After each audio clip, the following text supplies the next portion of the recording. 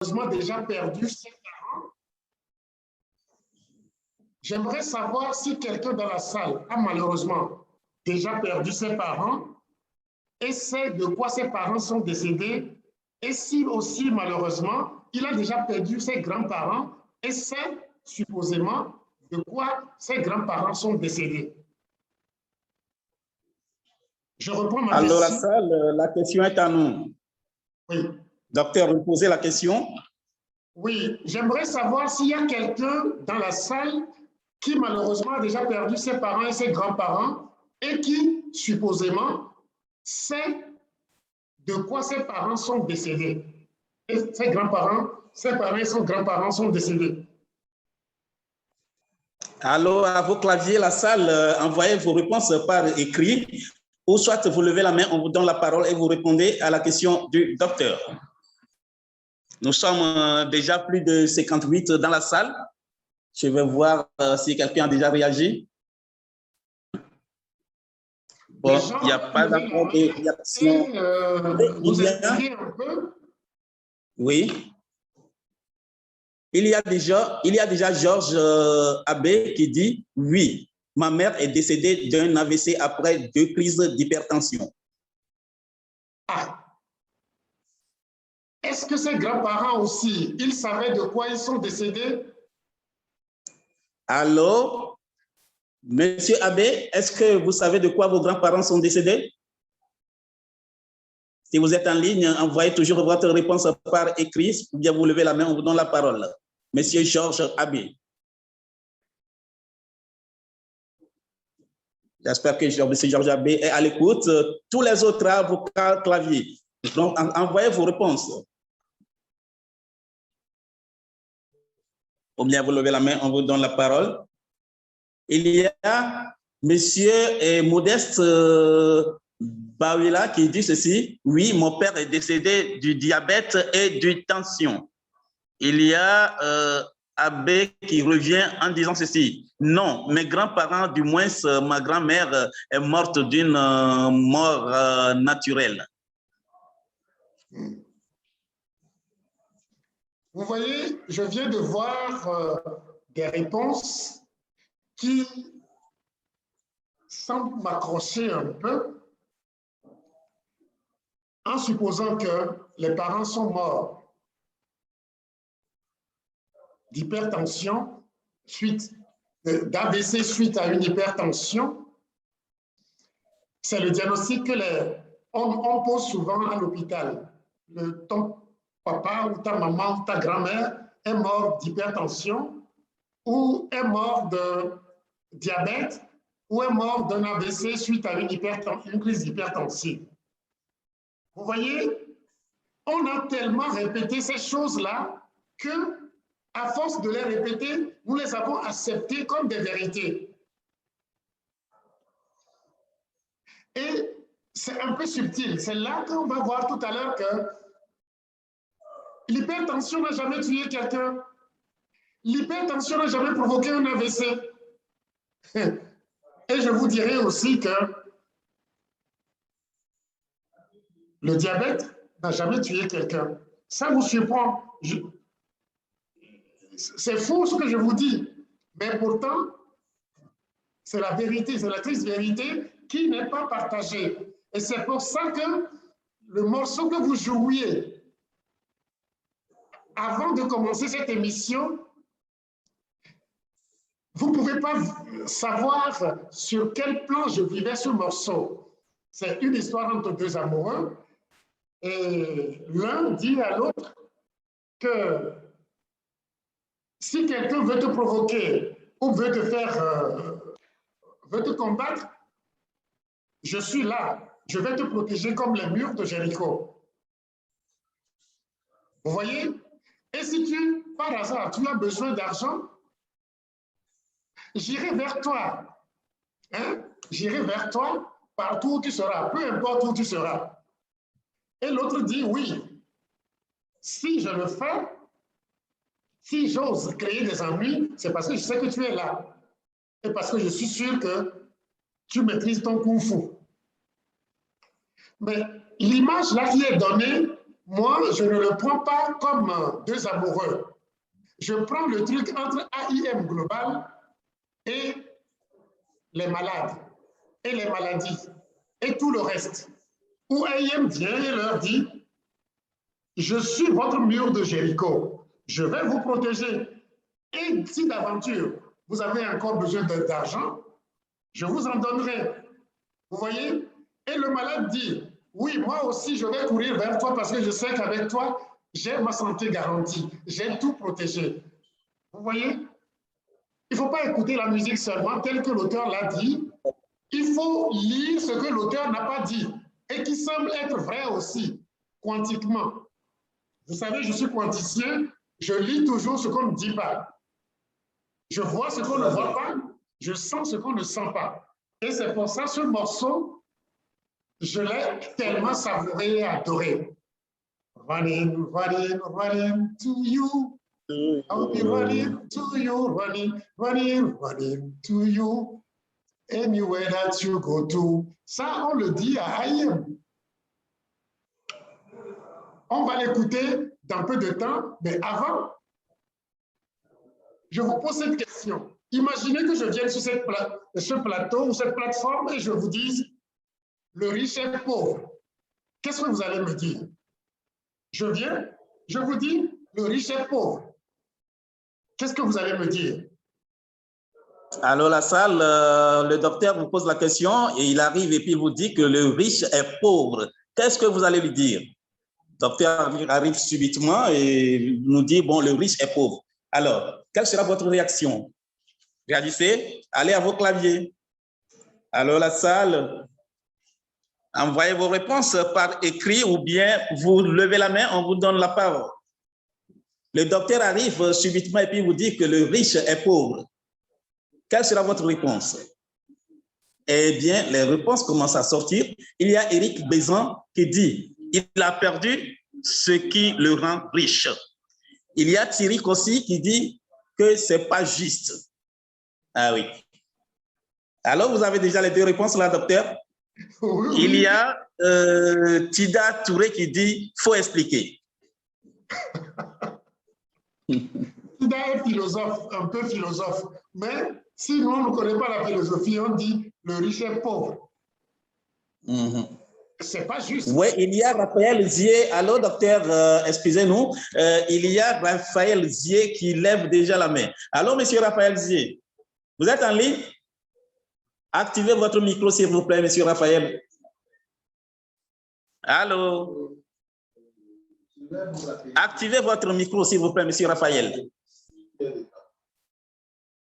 Activez votre micro, monsieur Raphaël. Monsieur Raphaël Zier, vous êtes en ligne, vous nous attendez? Activez votre micro, s'il vous plaît. Micro. OK. Oui, allô? Le micro ne venait pas, excusez-moi. Voilà. Bonjour, merci. Présentez-vous, s'il vous plaît, monsieur Raphaël. Voilà, moi, ce que Présentez-vous, s'il vous plaît, et puis... Raphaël Zier, voilà, je suis à Hambourg. Alors, ce que moi, je voulais dire, quand il dit « le riche est pauvre », je vais me dire d'abord que on ne peut pas être riche dans tous les domaines. Donc, le riche peut être pauvre. Voilà ce que je voulais dire. C'est ça la réponse de M. Zier. Imaginez, vous voyez, moi je n'ai pas dit dans tel domaine ou tel domaine. Je suppose que je suis dans un domaine précis et je vous dis, dans ce domaine-là, que le riche est pauvre. Comment vous allez me prendre? J'ai vu des gens qui ont déjà donné des réponses. Oui, je vais penser que, moi je vais penser que il a supposé qu'il est riche, mais en réalité il n'est pas riche. Celui qui affirme qu'il n'est pas riche... Non, c'est deux vérités absolues. Dans un domaine bien précis, si je dis que quelqu'un est riche, c'est qu'il possède quelque chose de vrai, comparé à un autre que je traite de pauvre. Absolument. Bon, en ce moment... Dans ce même domaine, je viens vous dire que le riche là est pauvre dans ce même domaine. Est-ce que c'est possible? Ben, il faut expliquer. En fait, ce n'est pas possible. Okay. Il n'y a rien à expliquer là. Ce que vous devez savoir, c'est que dans un domaine précis, lorsque je vous dis que le riche est pauvre, c'est fou, c'est contradictoire. Quelqu'un l'a écrit, oui. Ce n'est pas vrai. Ça ne peut pas être vrai. Oui. Ça ne peut pas être vrai. Je suis avec vous dans un domaine bien précis, on dit tel est riche et tel est pauvre. Ça veut dire que c'est sur le même critère. Et puis moi, je vous dis, dans ce même domaine, le riche est pauvre. C'est quelque part zinzin. Vous allez me prendre pour un Alzheimer, ou bien un fou, ou bien un déréglé. Ce qui semble vrai, parce que dans un domaine bien précis, dans une dimension bien précise, on ne peut pas à la fois être riche et être pauvre. Vous comprenez? Ce n'est pas possible. Si on prend plusieurs domaines, oui. Mais dans un domaine bien précis, la façon dont j'ai donné la phrase, je dis le riche est pauvre. Ce n'est pas possible. C'est deux choses contradictoires. Ce n'est pas possible. Oui. Vous voyez? Alors, docteur. Oui. Alors, docteur, on va lire rapidement quelques questions, quelques réponses qui sont arrivées. Il y a à Bouton, Paulette qui dit ceci. Il est riche financièrement, mais pauvre de tout ce que IM nous donne. Il y a... Oui. Oui. Il y a Amana. Oui. C'est deux dimensions. C'est deux dimensions. Ce n'est pas sur un même critère. C'est ça. Il faut juger les gens sur le même critère. C'est ça le problème. Il y a Amana qui dit ceci. Il y a Amana qui dit ceci. Ça dépend de ce qui vous pousse à le dire. Sinon, on dira que c'est une contradiction. Voilà. Si, quel que soit le domaine que je vais prendre, où je vais déclarer quelqu'un riche, ou bien quelqu'un sera déclaré riche, dans cette dimension ou dans ce domaine précis, il ne peut pas être riche et être pauvre à la fois. Ce n'est pas possible. Vous voyez? Maintenant, revoyons la question autrement. Ça, je vous dis, si je vous dis le riche est pauvre, c'est faux, c'est contradictoire. Ce n'est pas possible dans un domaine précis. Je vais plus loin, je vous dis ceci. Le riche vole le pauvre. Je reprends. Le riche vole le pauvre. Le riche vole le pauvre. Vole le pauvre. OK. Ce qui veut dire que le docteur, monsieur, oui, il y a M. Boukari. Monsieur Boukari, Boukari Mouchaou, vous êtes en ligne? Moussibaou, plutôt, oui. Boukari Moussibaou. Activez votre micro, s'il vous plaît, monsieur Boukari. Allô, monsieur Boukari, vous êtes en ligne? Activez votre micro, s'il vous plaît. Votre micro ne se voit pas à la partie technique, à la cabine. Donc, on continue en attendant qu'il active son micro. C'est ça. OK. Abuse de pauvre, injuste. Il y a Eric Ibezan qui revient avec une autre réponse. Lui, il dit ceci. Eric Ibezan, c'est possible par la gestion de ce qui possède. Abuse du pauvre, injustice. Je viens de vous dire qu'il ne faut pas prendre plusieurs dimensions. Il faut rester dans une dimension bien précise, un critère bien défini. Tout à l'heure, je vous ai dit, on ne peut pas, dans un critère bien défini, avoir un riche qui soit pauvre à la fois. Ce n'est pas possible. C'est contradictoire. Maintenant, je viens vous dire, toujours dans ce domaine bien précis, le riche vole le pauvre. Qu'est-ce que vous allez me dire? Il y a Inas qui dit ceci. C'est plus que vrai que le riche vole le pauvre, parce qu'en vrai, c'est le pauvre qui enrichit le riche.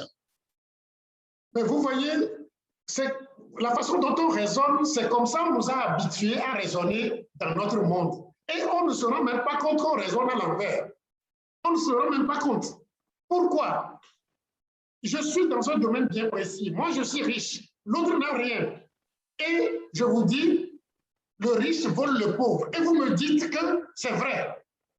Qu'est-ce que le riche a à aller prendre chez le pauvre? S'il est vraiment pauvre, bien défini, ce n'est pas vrai non plus. Je reprends. Je vous ai dit dans un truc bien précis que lorsqu'on dit le riche est pauvre, ce n'est pas vrai. Et ça, soyons clairs, ce n'est pas vrai dans une dimension bien précise. Maintenant, dans cette même dimension, je viens vous dire que le riche vole le pauvre. Est-ce que c'est possible? S'il est démontré que le riche, supposément, vole vraiment, est-ce qu'il va voler le pauvre? Qu'est-ce que le pauvre a pour que lui le vole? Et pourtant, tout le monde croit à ça. Et on ne se rend même pas compte qu'on raisonne à l'envers. Si le riche doit voler quelqu'un supposé pauvre, c'est que la personne n'est pas pauvre. C'est le pauvre qui peut voler le riche. Mais on nous dit, et on l'accepte, que le riche vole le pauvre. Et tout le monde l'accepte. Vous voyez c'est-à-dire on raisonne toujours, et comme le disent les Anglais, upside down, à l'envers. On ne se rend pas compte, hein, on croit que c'est normal, on ne se rend pas compte. Mais on nous a habitués tellement à raisonner à l'envers.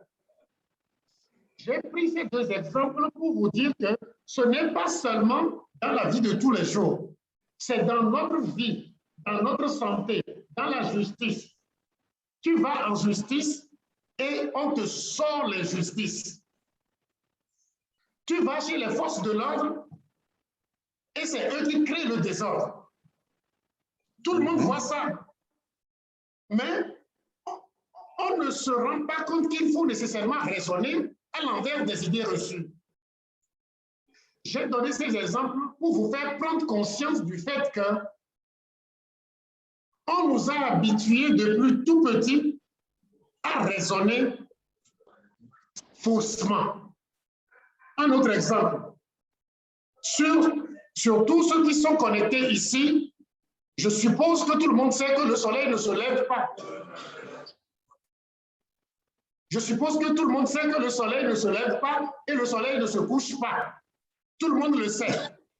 Et pourtant, tous les jours, on se lève, on dit, le soleil se lève à telle heure et se couche à telle heure.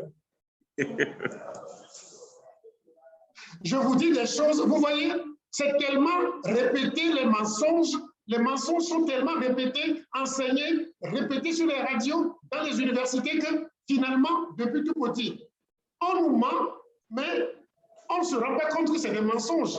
On le croit absolument. Tu vois, quelqu'un vient de mettre la terre tourne, mais il l'a mis. Oui, c'est Tita Touré qui vient de donner cette réponse, que la terre tourne. La terre tourne, mais la même personne, tu vas le voir, il va dire le soleil se lever à telle heure. Sachant bien que le soleil ne se lève pas et ne se couche pas. Il y a tout autour de nous que des mensonges, des erreurs, mais qui sont sacralisés, sanctifiés, béatifiés. Et on l'accepte. Si vous constatez que tout ce que je viens de dire est si évident, tellement évident, parce que c'est des choses que vous vivez tous les jours et c'est vrai, comment ça peut être autrement en médecine? Ce n'est pas possible. C'est pour ça que je vous ai dit tout à l'heure,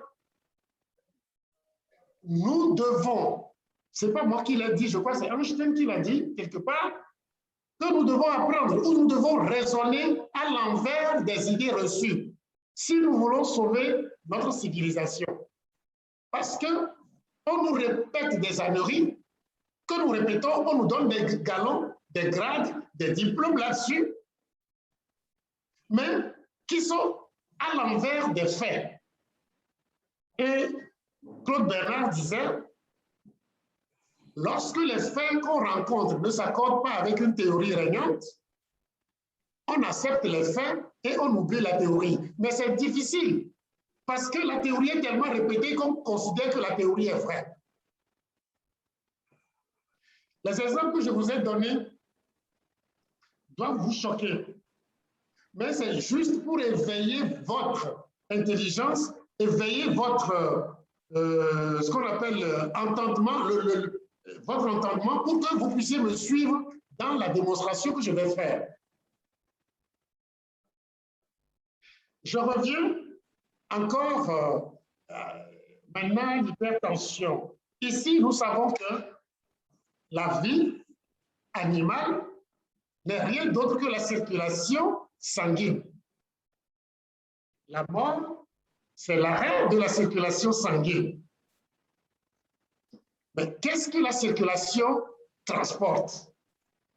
Nous savons aussi, ça ici, que la circulation ne transporte que l'oxygène pour distribuer ça dans les villes, les quartiers, je ne sais quoi, de notre corps, qui sont les organes ou les appareils que nous avons.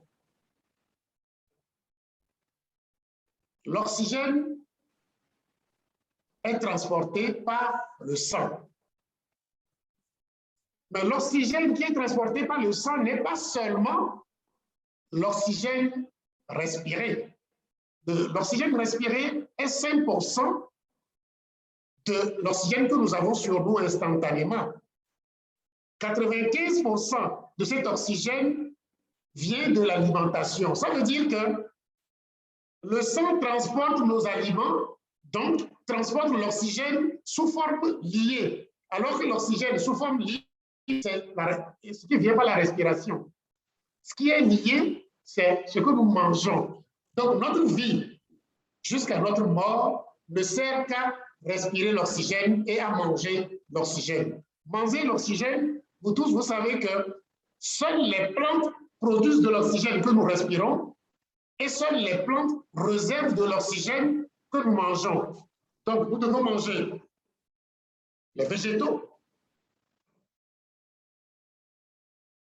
ce qui suppose que nous devons manger les fruits et légumes et les feuilles pour que nous ayons des réserves d'oxygène sur nous sous forme d'autres nutriments, calcium, magnésium et que sais-je, les autres oligo-éléments que nous avons sur nous, qui ne sont que de l'oxygène sous d'autres formes.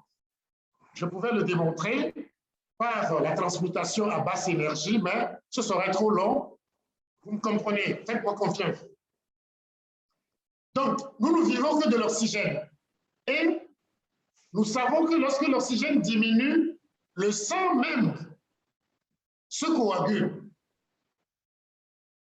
Le sang même devient visqueux quand l'oxygène diminue. Et ça, tout le monde le sait. Ce qui suppose que si je suis vivant, c'est parce que mon sang circule encore. Et si je suis mort, c'est parce que mon sang ne circule plus. C'est-à-dire que mon sang est coagulé. Maintenant, je viens de dire que nous mangeons de l'oxygène pour vivre. Alors, on va raisonner comme ceci. Au lieu de manger de l'oxygène, je refuse de manger. Qu'est-ce qui va se passer? Je rends le partage dynamique. Au lieu de manger de l'oxygène tout le temps, je refuse de manger. Qu'est-ce qui va se passer? La question est adressée à la salle. Oui, alors la salle, la question du docteur, quand vous refusez de manger, vous refusez de prendre de l'oxygène, de manger l'oxygène, qu'est-ce qui va vous arriver? Il y a Bongué qui lève la main déjà. Alors, monsieur Bongué? Alors, monsieur Bongué? Avez-vous la... Oui, oui. Oui. Monsieur Bongué?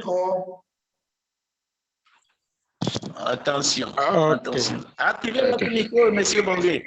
C'est bon? Oui, ça va, monsieur Bongué. Allez-y. Présentez-vous, s'il vous plaît. Moi, c'est Bong. Je suis orthoprothésiste. Oui.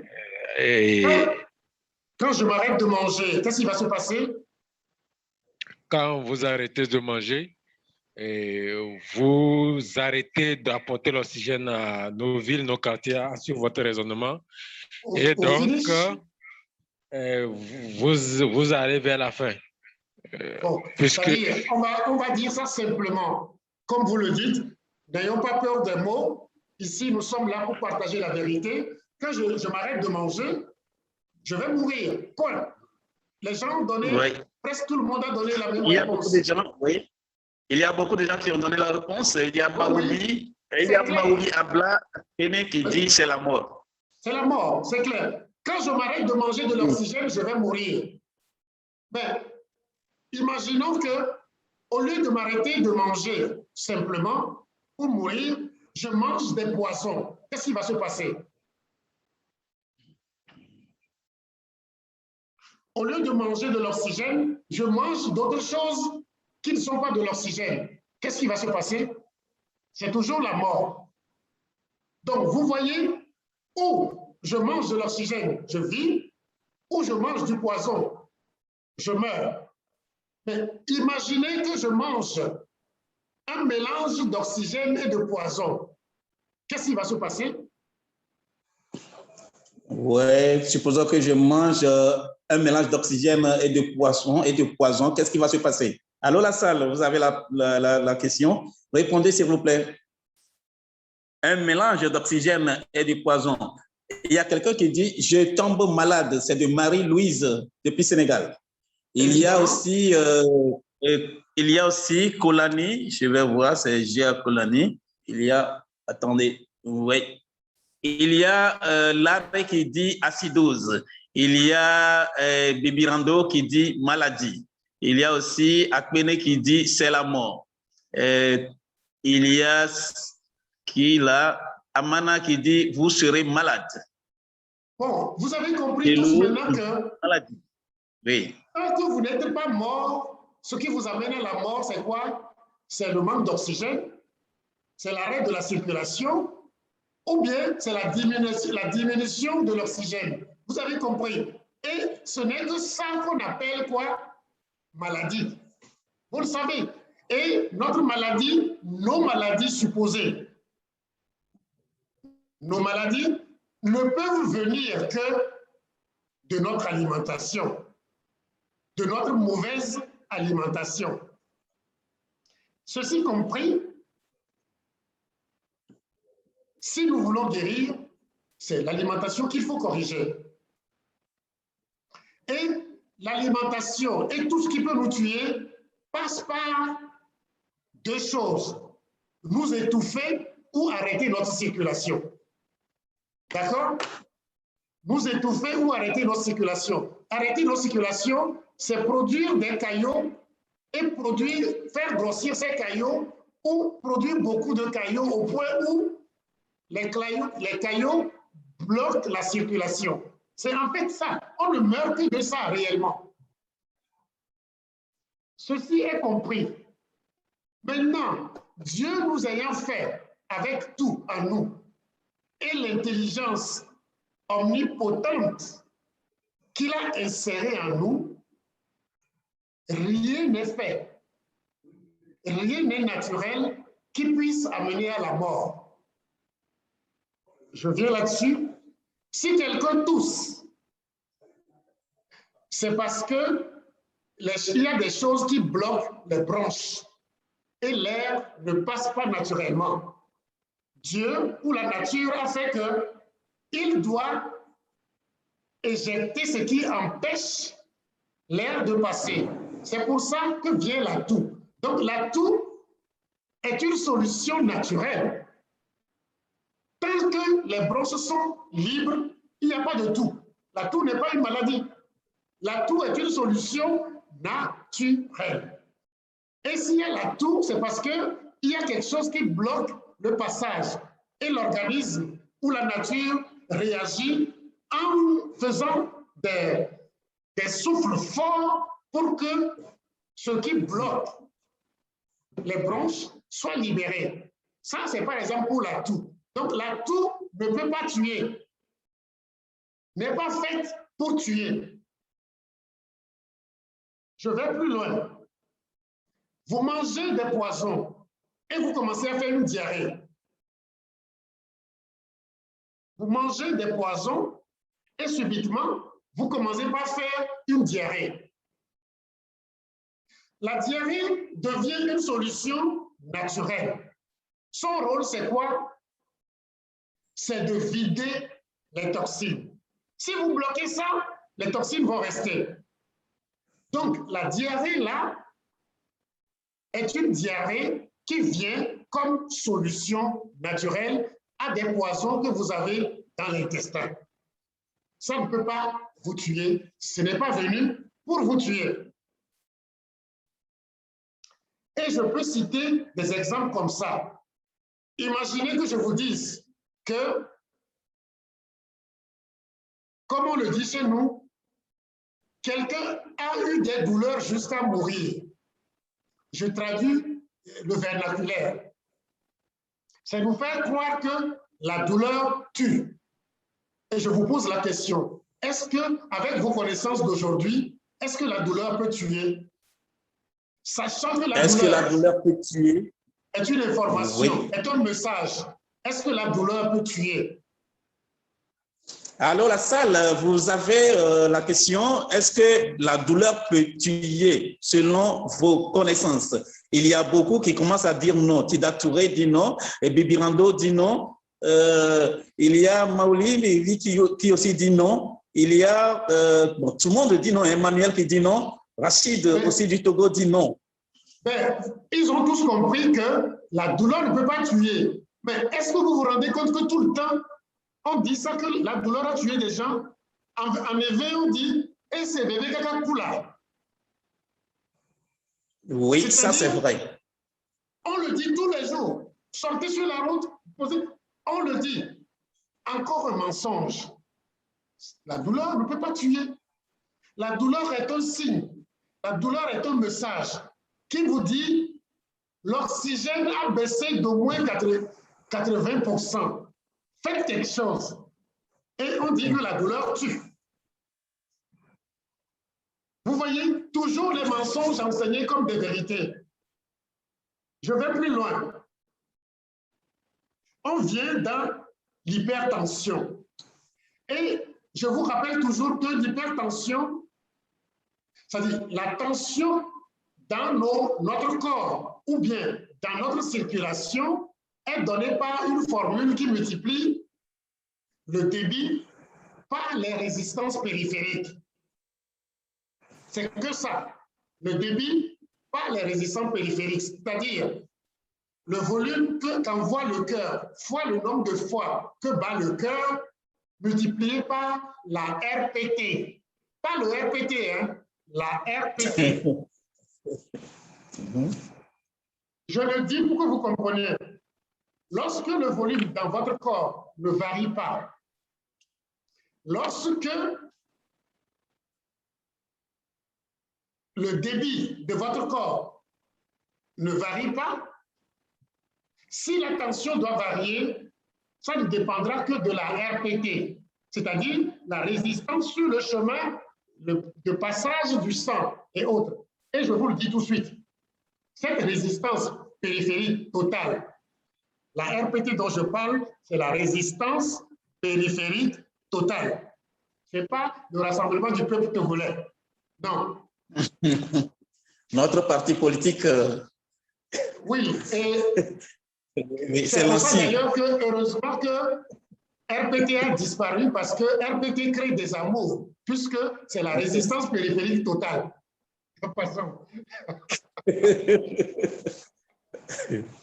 Passons. C'est juste pour faire rire un peu, mais si vous voyez comment la nature est faite, vous comprenez que ça ne pouvait pas vivre longtemps, ça ne peut que disparaître. Hein? Ce n'est pas l'objet de notre partage. La RPT, c'est la résistance périphérique totale, c'est-à-dire tout ce que la circulation va rencontrer comme obstacle sur le chemin. C'est la résistance des vaisseaux et c'est les caillots sur le chemin. Les caillots de sang et les plaques d'athérome qui font que la route qui est gâtée au bord devient de plus en plus rétrécie. On voit que le goudron au milieu de la route et il n'y a plus de goudron ailleurs. On va faire des accidents et on va dire que c'est les véhicules ou bien le prix qui a fait faire l'accident. Je reviens là-dessus tout à l'heure. Vous voyez, si on doit rétablir la tension artérielle à une valeur normale, il faut faire disparaître les obstacles sur le chemin. C'est-à-dire qu'il faut faire baisser la RPT, qui est constituée des plaques d'athérome et des caillots sur le chemin. Mais entre-temps, avant que les caillots et les plaques d'athérome disparaissent, il faut que le sang passe. Donc, le cœur, vous tous, vous savez sur cette plateforme que le cœur est un régulateur. Le cœur va essayer de pousser fort pour que malgré les obstacles, malgré les caillots, malgré les plaques d'athérome, malgré le rétrécissement des vaisseaux, pour que le sang passe et aille partout, pour tout le monde. Donc, la tension ne monte que pour régler un problème naturellement.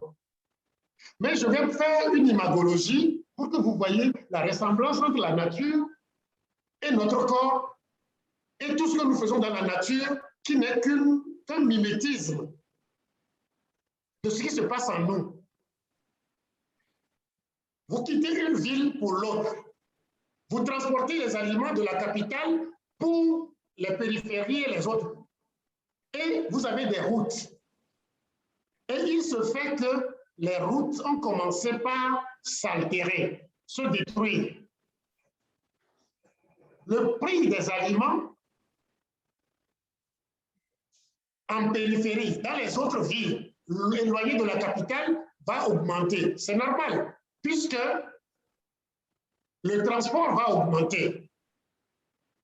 Le prix du transport va augmenter, mais on a besoin obligatoirement d'amener les vivres, les biens en périphérie dans les autres villes. Si nous voulons que le prix du transport baisse, il va falloir que les difficultés sur la route soient réglées. Les trous, la réduction de la route, les braqueurs sur le chemin et tout le reste. Il faut les supprimer et le prix du transport va baisser. Mais imaginez que sur cette route, un véhicule fait un accident. Est-ce à cause du prix élevé du transport que le véhicule fait un accident sur le chemin? J'adresse la question à la salle.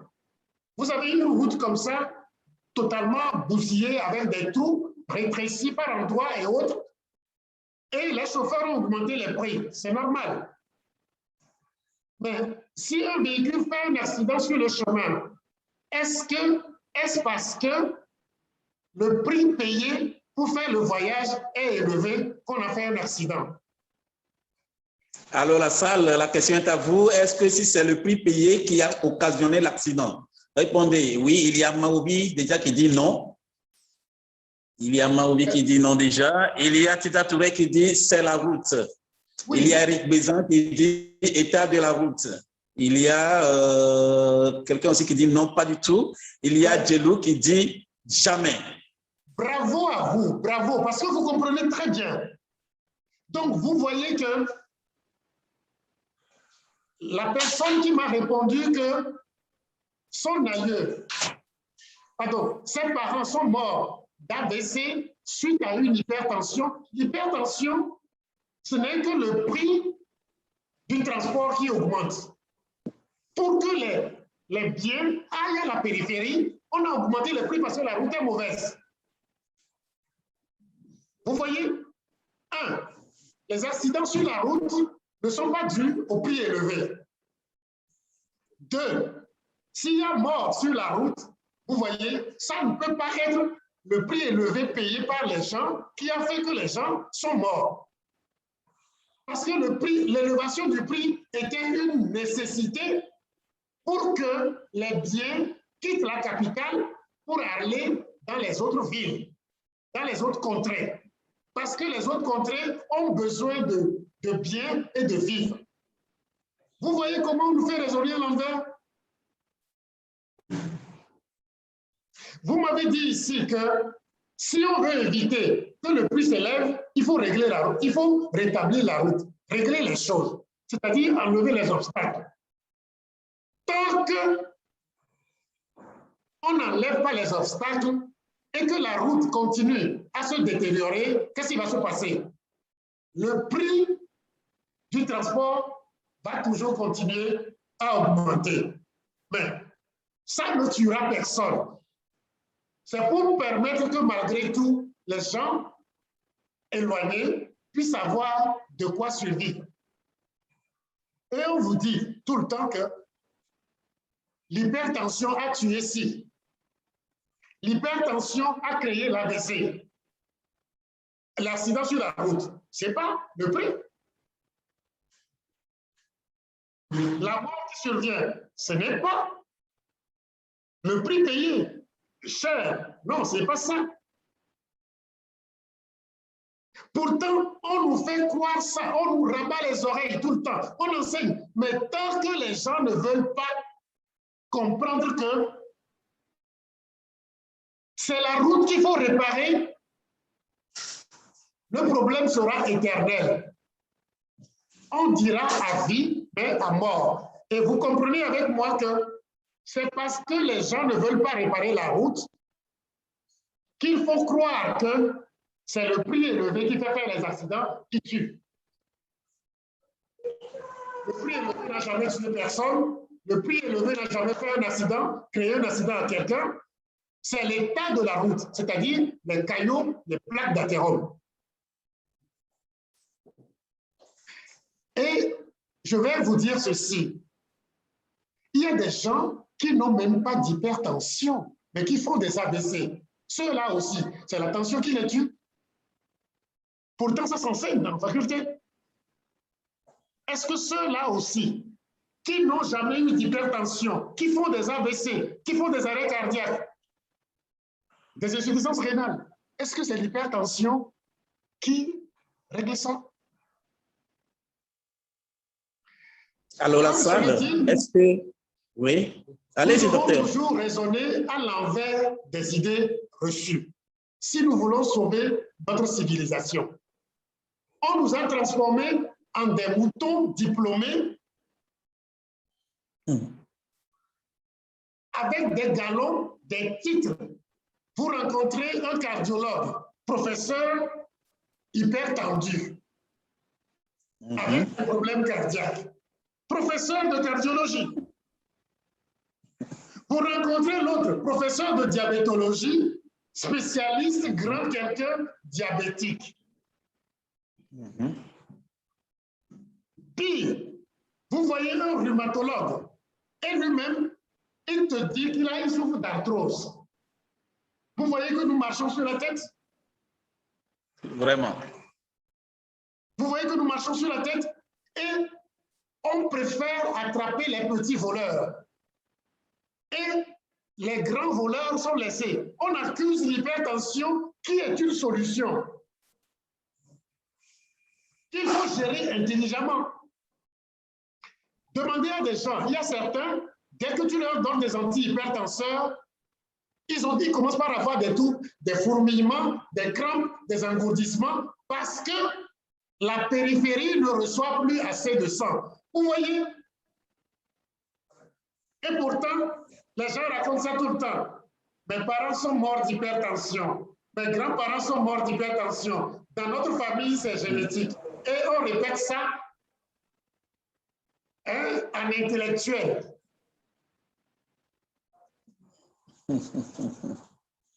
C'est grave. Comme la douleur ne peut tuer personne, l'hypertension n'a jamais provoqué un accident vasculaire cérébral. L'hypertension n'a jamais créé un infarctus. C'est des caillots de sang. C'est les plaques d'athérome. On accuse des solutions comme des problèmes. Comment voulez-vous avoir la solution? L'hypertension sera réglée si on fait disparaître les caillots, on donne aux vaisseaux leur compliance en éliminant les plaques d'athérome. Et ça guérit. Mais puisqu'on ne veut pas régler ça, ou bien on ne sait pas le régler, la tension ne peut que monter. Et votre tension sera Les médicaments de tension seront quoi? À vie, pour ne pas vous dire à mort. Vous voyez que nous raisonnons à l'envers, nous marchons sur la tête. Et c'est pour cela que, avec ces exemples que j'ai donnés, dans un domaine bien précis, on dit que le riche est pauvre. C'est faux. Ça ne peut pas l'être. On vous dit, le riche vole le pauvre. Dans un domaine bien précis, celui qui est pauvre n'a rien pour que le riche vienne le voler. Mais on le croit. Ce qui veut dire que le pauvre n'était pas pauvre. Si le riche le vole, ça veut dire que c'est le riche qui est pauvre. Mais pourtant, on accepte ça. On dit aux gens, la douleur a tué ici. Or, la douleur n'est qu'un message. C'est comme on dit une information donnée par une télévision a tué quelqu'un. C'est dommage. Mais notre monde résonne à l'envers. Et pour le sauver, pour sauver notre civilisation, nous devons raisonner à l'envers des idées reçues. Vous savez déjà que le paradigme partagé ici, c'est que notre vie, c'est la circulation sanguine. Notre mort, c'est l'arrêt de la circulation. La circulation apporte de l'oxygène que nous mangeons et que nous respirons. Et seuls les cailloux expliquent toutes nos maladies. Il n'y a pas de maladie dite traînante. Même les infections et autres sont cailloux. Et qui dit caillot dit manque d'oxygène. Qui dit manque d'oxygène dit acidose. Et l'acidose, c'est le terrain des virus. D'ailleurs, nous sommes dans une supposée pandémie à coronavirus actuellement, mais le coronavirus n'attaque que les terrains acides. Et vous comprenez que les Africains ont encore de la chance de manger plus ou moins alcalin, ils sont moins touchés. On dit non, ce n'est pas la peine. On leur propose des choses alors qu'il y a des solutions naturelles, il y a des solutions médicamenteuses, mais on leur propose des vaccins qui ne protègent pas. Je ne veux pas aller contre. Chacun est libre, avec sa compréhension, de se laisser embarquer dans cette aventure de vaccin ou non, selon sa compréhension. Mais il faut que vous le sachiez, nous raisonnons toujours à l'envers de la nature. Le soleil ne se lève pas. On nous apprend que le soleil se lève et se couche. Et on le répète tout le temps.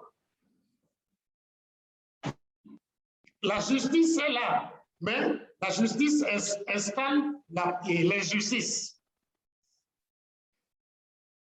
L'économie doit créer la richesse, mais l'économie crée la pauvreté et les banques volent. Vous le savez. Si vous ne vous éveillez pas, si vous ne commencez pas par raisonner à l'envers des idées reçues, votre santé va en pâtir. Or, votre santé est la première richesse que Dieu vous a donnée, que Dieu vous a confiée. Si vous voulez le brader, vous le bradez. Mais, pardon, les solutions divines, naturelles, n'ont jamais été un problème. La tension s'élève pour régler un problème. Si vous ne comprenez pas que le problème doit être réglé pour que la tension ne s'élève plus, pardon, n'accusez pas la solution naturelle qui est l'élévation de la tension comme cause d'AVC et de mort. L'hypertension n'a jamais tué quelqu'un. L'hypertension n'a jamais causé un AVC. Je le répète, l'hypertension n'a jamais tué quelqu'un. L'hypertension n'a jamais causé l'AVC chez quelqu'un. C'est les cailloux, c'est les plaques d'athérome qui empêchent les vaisseaux d'être compliants, de se distendre, ou bien c'est les cailloux qui empêchent le sang de passer jusqu'à ce que les vaisseaux s'éclatent. Mais ce n'est pas l'hypertension qui est une solution. C'est comme je vous l'ai dit tout à l'heure, la toux est une solution. Ce n'est pas un problème. Il faut régler le problème et la toux cesse seule. La douleur n'est qu'un message, un signe, une information. Dès que vous faites passer le sang, la douleur disparaît. Pardon? La tension s'élève pareil. Je vais vous dire, quelque chose aussi de la même. On dit aux gens que oui, il est devenu insuffisant rénal parce que c'est la tension qui lui a fait ça. Pardon. Quand vous allez dans les unités de dialyse, vous allez voir, la plupart, presque tout, 100% des patients, quand on leur fait la dialyse, leur sang se coagule dans les tuyaux et on fait de l'héparine. Et ces mêmes patients, quand ils quittent la salle de dialyse, ils vont à la maison, ils n'ont pas d'anticoagulant. Vous voyez comment c'est 20? Oui. On ne tue pas la poule aux œufs d'or. On dit aux gens, c'est la tension qui leur a créé l'insuffisance rénale. C'est faux. C'est des caillots de sang. C'est la baisse du flux du sang sur le rein qui, petit à petit, a bousillé le rein. Mais on ne règle pas le problème qui est un caillot. Vous voyez, c'est pour ça que je vous disais au début de mon partage que j'étais tellement content et fier d'écouter le morceau là qui disait, vous supposez que c'est AIM qui vous dit, mais tiens, on vous dit que les maladies sont incurables. Les médecins vous disent qu'il y a telle maladie qui est incurable, c'est à vie. D'autres vous diront qu'il y a ceci, cela. Mais non, moi je vous dis, je suis là pour vous protéger. Eh bien, si vous avez besoin d'argent, je suis là pour vous en donner. Je vais courir vers vous, j'irai vers vous pour vous en donner.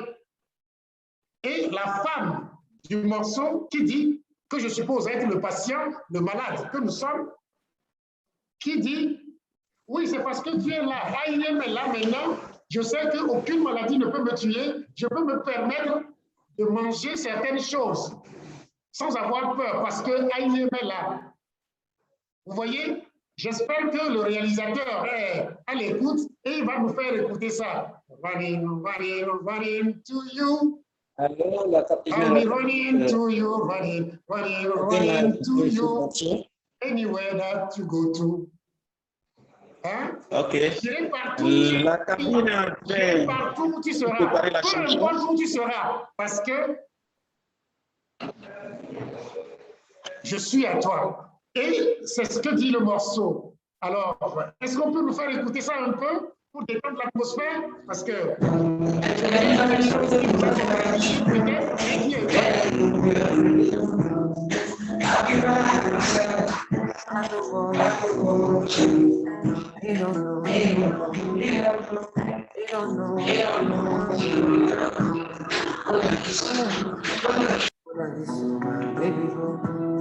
I'll be a soldier for you. I'm getting the time kung fu. You should know I got it, and you don't need to get me too.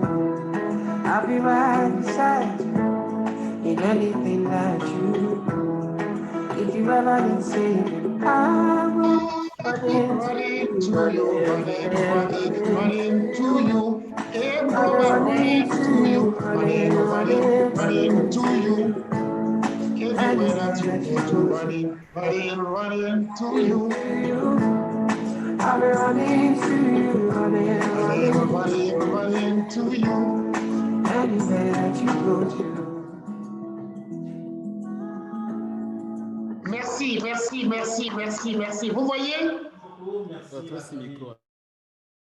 aujourd'hui, on a quelque chose qui nous permet de savoir que toutes les maladies, sans exception, peuvent être guéries.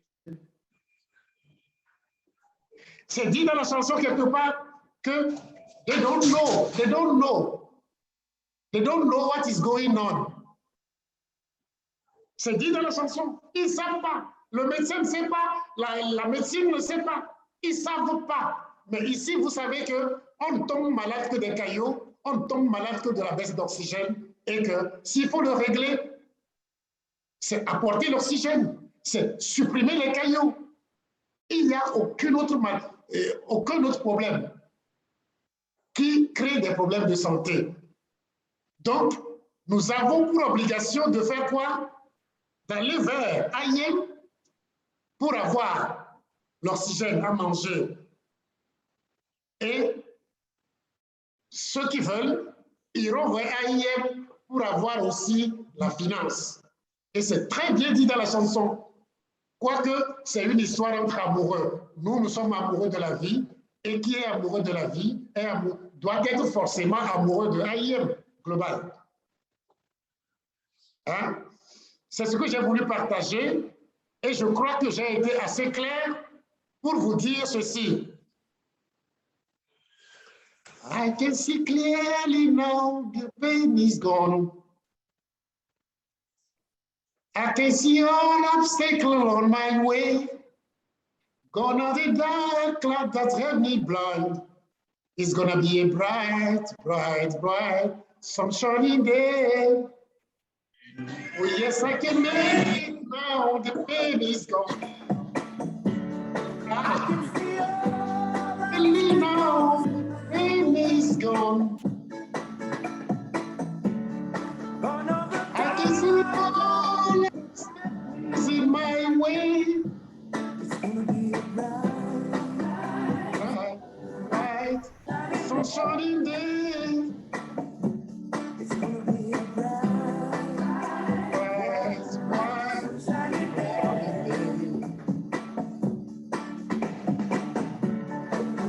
Oh yes, I can make it now. The pain is gone. All of the pain feeling has disappeared. Here is the prayer I've been praying for. It's gonna be a bright, bright, bright. Merci beaucoup, merci partie technique. Vous avez compris, je suis en joie parce que vous savez que nous avons la vie dans la main et cette vie s'appelle l'oxygène que nous devons respirer et manger. Et tout ce qui nous crée des problèmes, c'est dû à des caillots, des plaques d'athérome. La solution naturelle qui est de forcer le passage pour que le sang aille vers la périphérie n'a jamais créé un accident pour quelqu'un, n'a jamais tué quelqu'un. On l'accuse de tous les maux d'être cause de problèmes cardiaques, de problèmes cérébraux, de problèmes rénaux. C'est totalement faux. Et je vous le dis, pardon, si Dieu nous a mis ensemble sur cette plateforme, c'est pour que nous raisonnons à l'envers des idées reçues et que désormais, comme des experts, nous comprenons qu'on nous ment, on nous a toujours menti. Le soleil ne s'est jamais levé, c'est la terre qui tourne autour. Je vous remercie. Namasté. Namasté, docteur. Merci beaucoup. C'est très gentil. Aujourd'hui, nous avons encore beaucoup appris du docteur. Nous allons maintenant faire place aux questions. Mais avant tout, bon, j'ai une toute petite question à poser au docteur. Aujourd'hui, je vais dire que je n'ai plus peur de ce problème, l'hypertension artérielle. Je n'ai plus peur de ça parce que je connais déjà les causes, qu'est-ce qui crée ce problème. Alors maintenant, docteur, dites-nous, depuis mon enfance, on nous dit quelque chose, que bon, la crise d'AVC,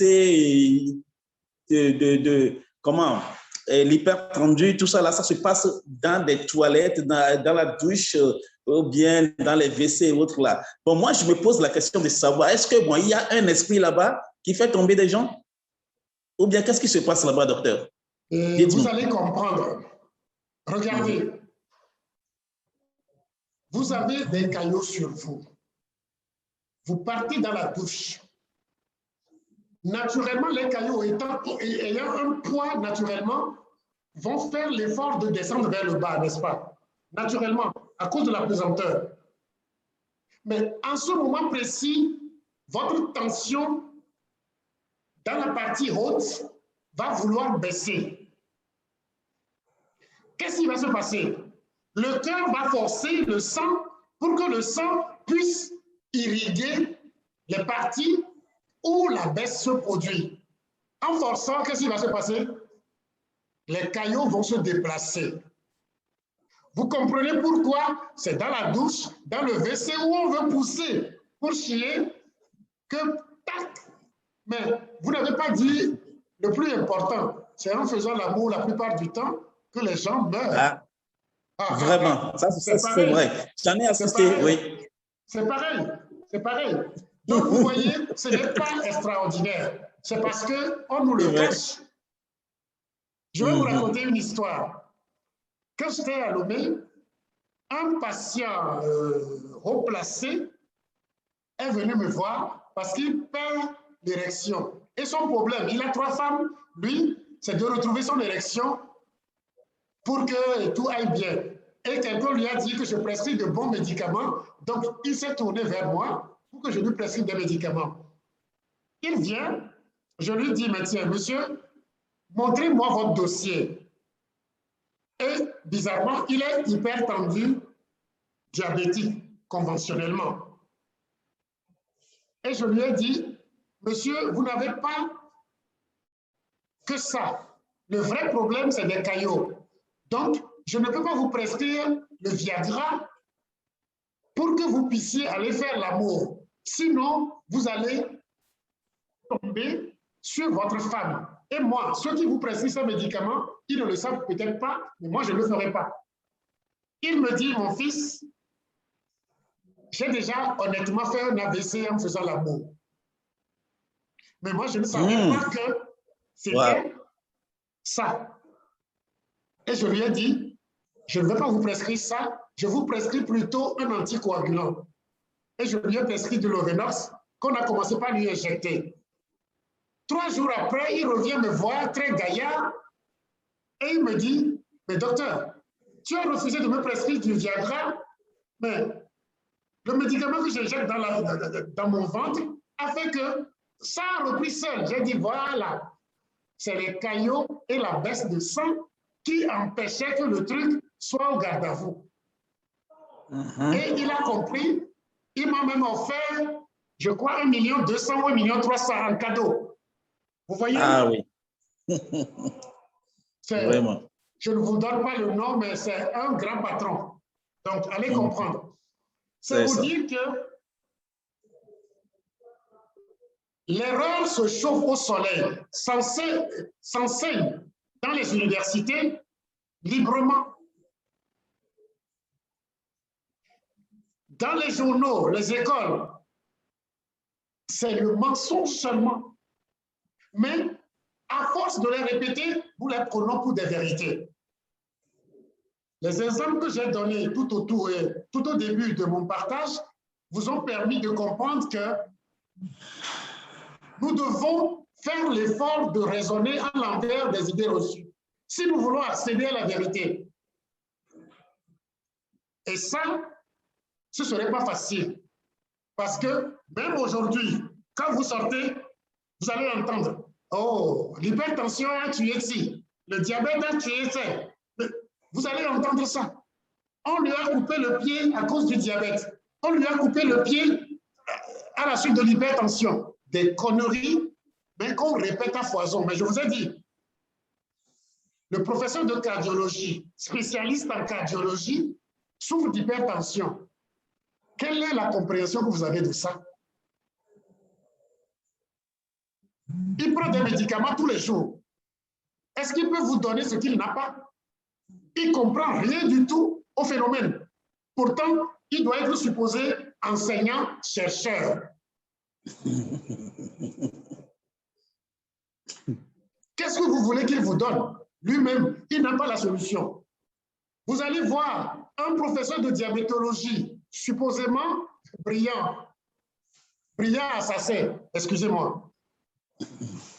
Il n'a mieux que le diabète avec lui. Qu'est-ce qu'il peut vous donner? Pourtant, vous allez voir les gens s'aligner sur son banc. Lui-même, il est diabétique. Qu'est-ce qu'il peut faire? Honnêtement, il devait renoncer à prendre des diabétiques, puisque lui-même, il est diabétique. Mais non, il est professeur de diabétologie. Vous allez voir un rhumatologue qui n'est pas né infirme, qui a une canne. Vous allez chercher quoi chez lui?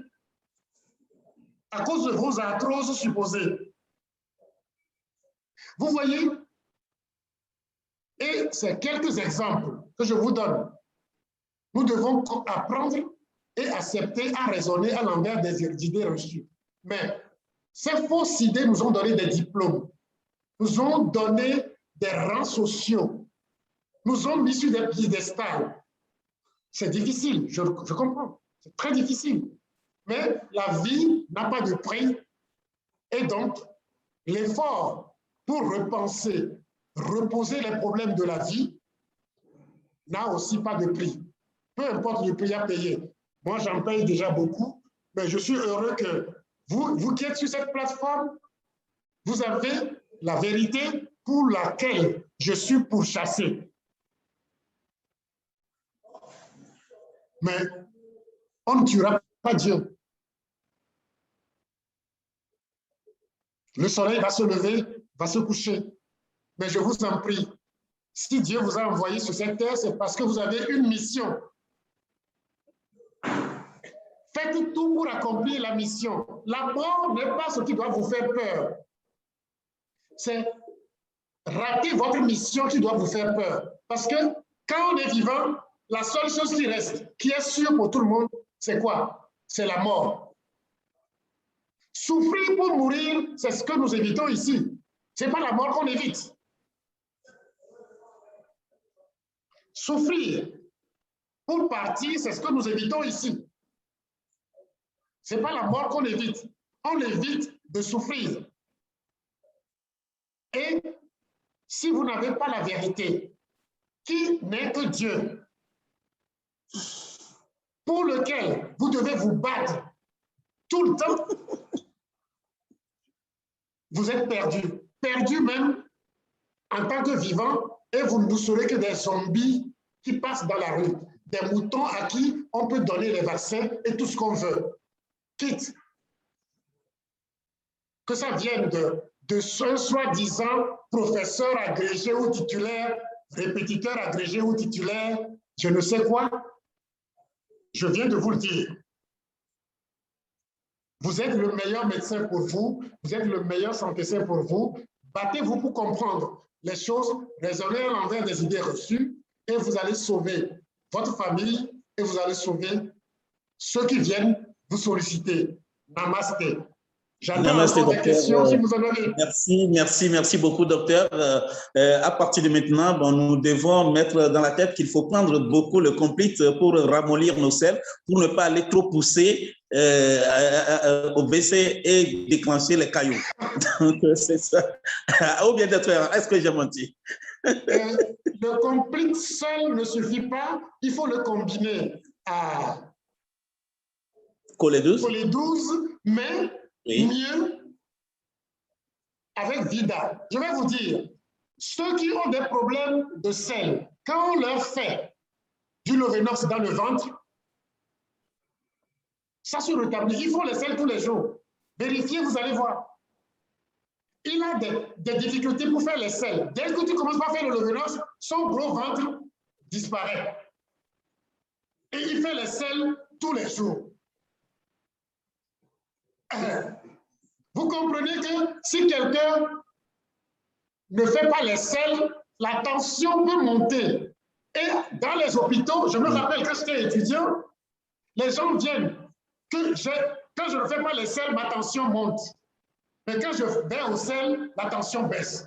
C'est normal. Le ventre est gros parce qu'il y a des caillots.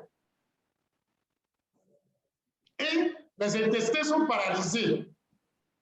Le péristaltisme est bloqué. Donc, quand on ne fait pas les sels, la tension peut monter. Tu vas dans la douche, pardon, dans les WC pour pousser et tu vas faire la WC. Tu vas dire c'est la tension. C'est pas la tension. C'est ça. Merci beaucoup, docteur. Merci. Merci beaucoup, docteur. Il y a quelqu'un qui a fait un commentaire, qui a envoyé un commentaire là. Il dit, aujourd'hui même, le soleil a cessé de se lever et puis de se coucher. Merci à celui-là. Donc, on continue. Maintenant, place aux questions. Nous allons maintenant donner le micro à la salle. Donc, tous ceux qui veulent poser des questions. Oui, allô? Il y a quelqu'un qui a posé une question que je viens de voir tout à l'heure. La dernière question, c'est Mireille Niaoré. qui doit être C'est de ça. la Côte d'Ivoire sûrement. Comment traiter efficacement l'insuffisance veineuse? Qu'est-ce qu'on appelle l'insuffisance veineuse? Qu'est-ce qu'on appelle l'insuffisance veineuse? Vous voyez des vaisseaux sanguins sur les membres dilatés avec des jambes lourdes. Et on dit insuffisance veineuse. Le sang retourne au cœur, normalement. S'il n'arrive pas à retourner, c'est parce que quelque chose le bloque, n'est-ce pas? C'est parce que quelque chose bloque le sang qui l'empêche de retourner au cœur, n'est-ce pas? Ça ne peut qu'être que des caillots. Donc, vous ne pouvez pas soigner efficacement les insuffisances veineuses en donnant des vénotoniques. C'est faux. Vous devez dissoudre les caillots. Parce que quand vous donnez les vénotoniques, ils vont pousser les caillots vers le cœur, avec ce que ça suppose. Donc, soigner l'insuffisance veineuse véritablement, c'est comme les autres maladies, c'est supprimer les caillots sanguins. C'est du bon sens, que du bon sens. Voilà. On vous dit, les gens du village n'arrivent pas à venir à la capitale. Ça dit, c'est la veine, ça. Oui, parce que le pont est cassé. Si vous ne réparez pas le pont, est-ce qu'ils peuvent venir? Non, ils ne peuvent pas venir. Donc, l'insuffisance veineuse, c'est le chemin retour du sang vers la capitale. Et ça, je vous en prie, ne peut pas se faire sans supprimer les caillots. Vous comprenez très bien. Donc, régler le problème d'insuffisance veineuse, c'est supprimer les caillots. Il n'y a pas de maladie, je le répète. Je ne suis pas fou, hein, je le répète. Il n'y a pas de maladie ni d'infection sans caillots. Quelles que soient les infections que vous faites, c'est qu'il y a des caillots quelque part et il y a une baisse d'oxygénation quelque part. Toujours, comprendre la santé devient simple. Nos aïeux étaient dans ça, ils ne connaissaient pas la médecine, ils étaient moins malades que nous. Voilà. Donc, je le répète, insuffisance veineuse, mettre vida et permettre à la personne de manger alcalin. C'est fondamental. Voilà. Merci beaucoup, docteur. Merci. On continue avec les questions. Mais en temps, je vais vous faire... aujourd'hui, il y a eu 100 personnes dans la salle, c'est-à-dire que la salle était presque pleine. Donc, ceux qui veulent continuer à nous suivre peuvent aller sur notre page Facebook, parce qu'il y a des gens qui réclament que bon, ils n'arrivent pas à entrer dans la salle, alors que nous sommes déjà une centaine ici déjà. La capacité de notre salle, c'est 100 personnes. Donc, allez directement sur notre page Facebook et vous allez nous retrouver. Il y a un leader qui pose une question. Dites-nous, docteur, trouvez-vous juste le fait que les médecins préfèrent prendre la tension aux patients le matin? Pourquoi pas le soir? C'est le protocole. C'est le protocole que nous faisons et ils savent que c'est erroné. C'est pour ça d'ailleurs quand les gens viennent maintenant, la plupart du temps, on pose un appareil qui fait des enregistrements et la journée et la nuit pour comprendre ce qui se passe. On appelle ça MAPA ou Holter ou autre, je ne sais pas. Mais on le sait que la tension prise comme ça ne veut pas dire grand-chose. Et je vous le dis, vous allez voir des gens avec des tensions à 27, à 25, à 23, qui ne sentent rien, qui bougent, qui conduisent leur voiture. Pourtant, vous allez voir quelqu'un avec une tension à 17 qui fait un AVC.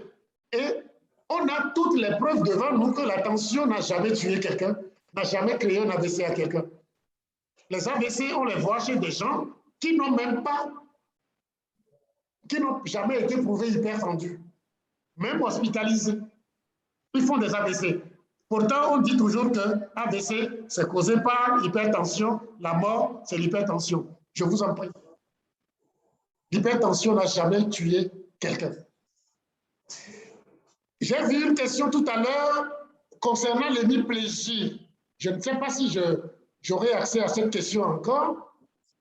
Il y a une question tout à l'heure sur l'hémiplégie. Sur l'hémiplégie?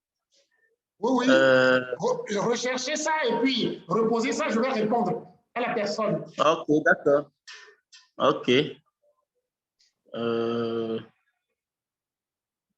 C'est 2. L'hémiplégie.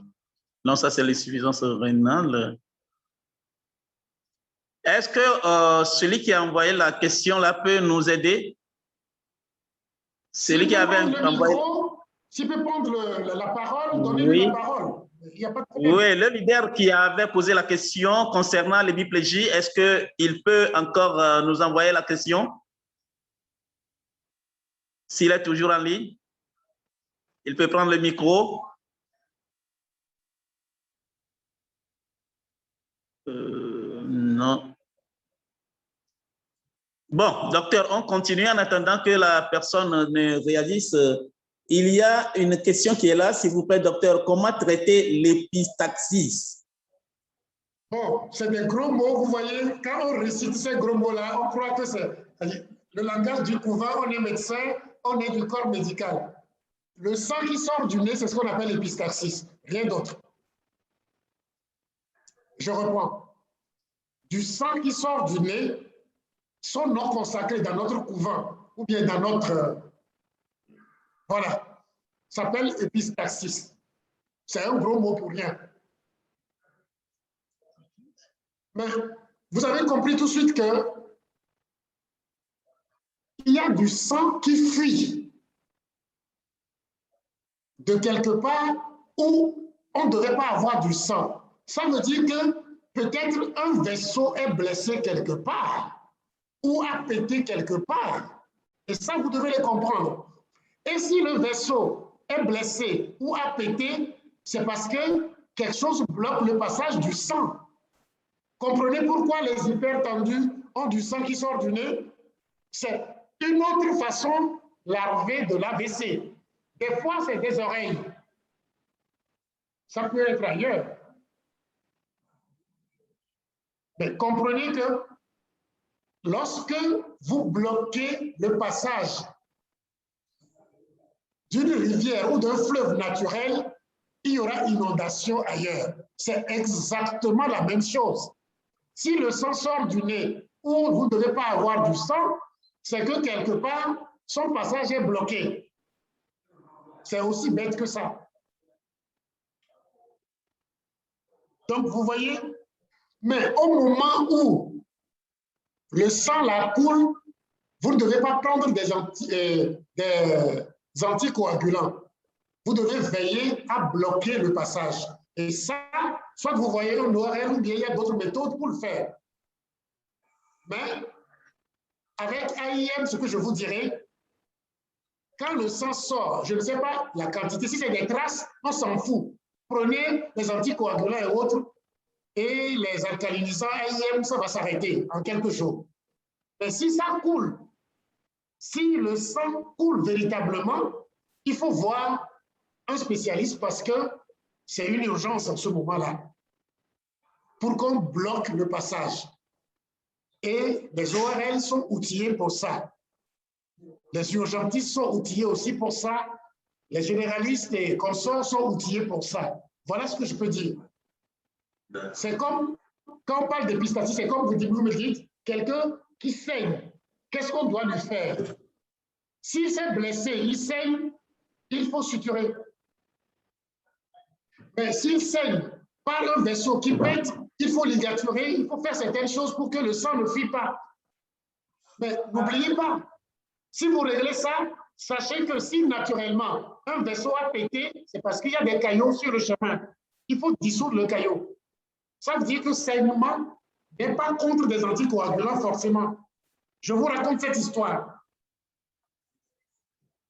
Une dame qui, je vous ai déjà raconté ça sur cette plateforme, une dame qui a saigné pendant 2 ans avant que moi je ne la voie. On lui disait que c'est les fibromes. On a opéré les fibromes. Elle continuait à saigner. On met tous les médicaments contre le saignement. Elle continue toujours à saigner. Finalement, le gynécologue lui a proposé qu'il va lui enlever l'utérus. Oh, la dame veut des enfants. Elle a besoin de faire des enfants. Vous voyez, cette dame est venue me voir. Et je me suis mis à lui prescrire un anticoagulant. Elle saigne. Mais je lui ai prescrit un anticoagulant. Elle dit, mais docteur, Tu veux me tuer. Moi, je sais, et puis tu me prescris un anticoagulant. Je lui dis, on vous a prescrit des anti-hémorragiques tout le temps. Est-ce que ça a réglé votre problème pendant 2 ans? Elle dit non. Est-ce que ça a empêché qu'on vous propose maintenant d'enlever votre utérus? Elle dit non. Elle dit, mais vous perdez quoi? Vous raisonnez comme le médecin qui a tout fait, qui ne marche pas. Maintenant, il veut amputer ton utérus. Tu crois qu'il a raison? Qu'est-ce que tu viens chercher chez moi? Si tu crois que ce que je veux faire est farfelu, tu n'as pas ta place chez moi. Elle s'est tue et puis elle a dit, OK, allez-y. Je lui ai prescrit le Lovenox et je lui ai dit, tu vas le faire. Au bout d'un certain nombre de jours, dès que tu commences pas à saigner beaucoup avec des caillots, tu arrêtes le Lovenox et on te surveille. Et puis après, tu vas reprendre le Lovenox. Elle l'a fait au bout de 8 jours. 8 jours et quelques. Elle a commencé par saigner. Docteur, tu veux me tuer? J'ai dit non, je vous ai déjà averti. Vous allez sortir des caillots et on va voir. On a arrêté le Lovenox. Elle a saigné pendant quelques jours, environ 5-6 jours, et puis le saignement s'est arrêté. Et j'ai continué mon traitement de Lovenox. Elle l'a fait. Depuis ce jour jusqu'à ce jour, jusqu'à aujourd'hui, elle a repris les règles normalement. On n'a pas enlevé l'utérus. Et elle n'a eu aucun problème. Vous voyez comment ce monde est fou. Et ça, c'est tous les jours. La nature donne des solutions. Si vous manquez d'oxygène, qu'est-ce qu'il fait? Il prend l'oxygène sur les réserves que vous avez, sur les muscles et les os. Au niveau des os, ça peut créer des trous. Ça peut faire casser l'os. Au niveau des muscles, les muscles fondent jusqu'à ce que le muscle puisse disparaître. Mais la nature ne réagit pas seulement comme ça. Si la nature trouve qu'elle peut entourer le poison, elle met des murs autour. Et ça s'appelle tumeur. Vous voyez l'intelligence de la nature? Il y a un poison, il y a un danger. La nature trouve que votre corps, qui est Dieu, trouve qu'il peut entourer le danger d'une masse pour l'étouffer. On appelle ça tumeur. Alors que, des fois, il ne peut pas. Et le danger le ronge. Il y a des trous dans l'os, les muscles qui se fondent et autres, et on a une façon aberrante de l'enseigner, de nous l'enseigner et de nous donner des diplômes. Comment on peut guérir des gens comme ça, avec ça? Les jodes sur les os, les décalcifications, les fractures pathologiques qui viennent des caillots et bien d'autres choses sont enseignées autrement. Comment voulez-vous qu'on donne des solutions aux gens? Et les gens croient que quand tu as fibrome, c'est fibrome qui te fait saigner. Vous voyez? C'est difficile. Nous devons reprendre tout. Toutes les définitions de la vie, on l'a déjà fait sur cette plateforme. La mort, on l'a déjà fait ici. La santé, vous savez ce que c'est aujourd'hui. On vous apprend même que on peut être en bonne santé et être malade à la fois. C'est des contradictions. Alors, il faut redéfinir ce qu'on appelle santé. C'est parce que la médecine nous dit, je suis médecin, mais c'est parce que la médecine nous dit, ça veut dire qu'on nous prend pour des cons, comme des bêtes. Tu es en bonne santé et tu es malade. Ça n'a pas de sens. C'est comme le riche est pauvre. Ça n'a pas de sens. Ça veut dire que la définition du riche ou la définition de la pauvreté a un problème. Mais on le répète fièrement sans qu'on ne s'en meure. Pardon, sans qu'on ne s'en émeuve. C'est triste. Si on va à l'école pour être plus bête que ceux qui n'ont pas été à l'école, l'école sert à quoi? Ce n'est plus la peine. Ça sert à quoi? C'est pour ça que Bob Marley disait,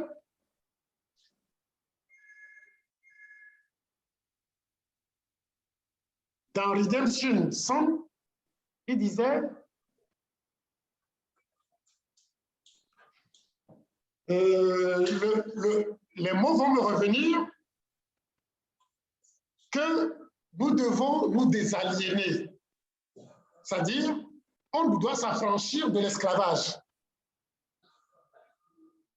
Parce que ne croyez pas que c'est l'exploitation avec le CFA et autres seulement. C'est la culture même, l'enseignement même est de l'esclavage. Si on ne s'émancipe pas, c'est pour ça qu'il dit, emancipate yourself from mental slavery. None but ourselves can free our mind. Have no fear for atomic energy, because none of them can stop the time. How long shall they kill our prophet while we stand aside and look? Some say it's just a part of it. We've got to fulfill a book. Won't you help to sing these songs of freedom? Because all I ever had, redemption song. C'est ce qu'il dit. On nous ment tout le temps. Vous devez vous émanciper. Vous devez vous désaliéner. On apprend les méthodes, on n'apprend pas le savoir. Le savoir, on ne peut pas compétir avec les Occidentaux parce qu'eux, ils vont dans le microscope pour voir l'infiniment petit. Mais nous avons nos yeux pour voir la nature. Et tout est pareil. Ce que tu vois dans la nature avec tes limites, c'est ce qu'ils voient dans le microscope avec leurs limites. C'est la méthode seulement qu'il faut avoir. La vérité est autour de nous. Je vous ai parlé de l'hypertension tout à l'heure, mais si vous voyez comment on conduit, comment nos routes font, vous comprenez les accidents, vous comprenez. S'il faut régler les problèmes d'accident, c'est la route qu'il faut réparer. Et pour l'hypertension aussi, c'est les cailloux qu'il faut supprimer. C'est tellement bête. Pourtant, on nous dit non, il faut donner des antihypertenseurs et c'est le meilleur traitement. Hein? On doit s'affranchir de cette aliénation-là. Hein? C'est ce que quelqu'un m'a rappelé le truc en m'envoyant les mots. All pirates, yes, they roll by.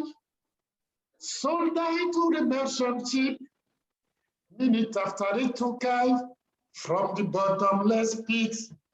But my hand was made strong by the hand of the Almighty.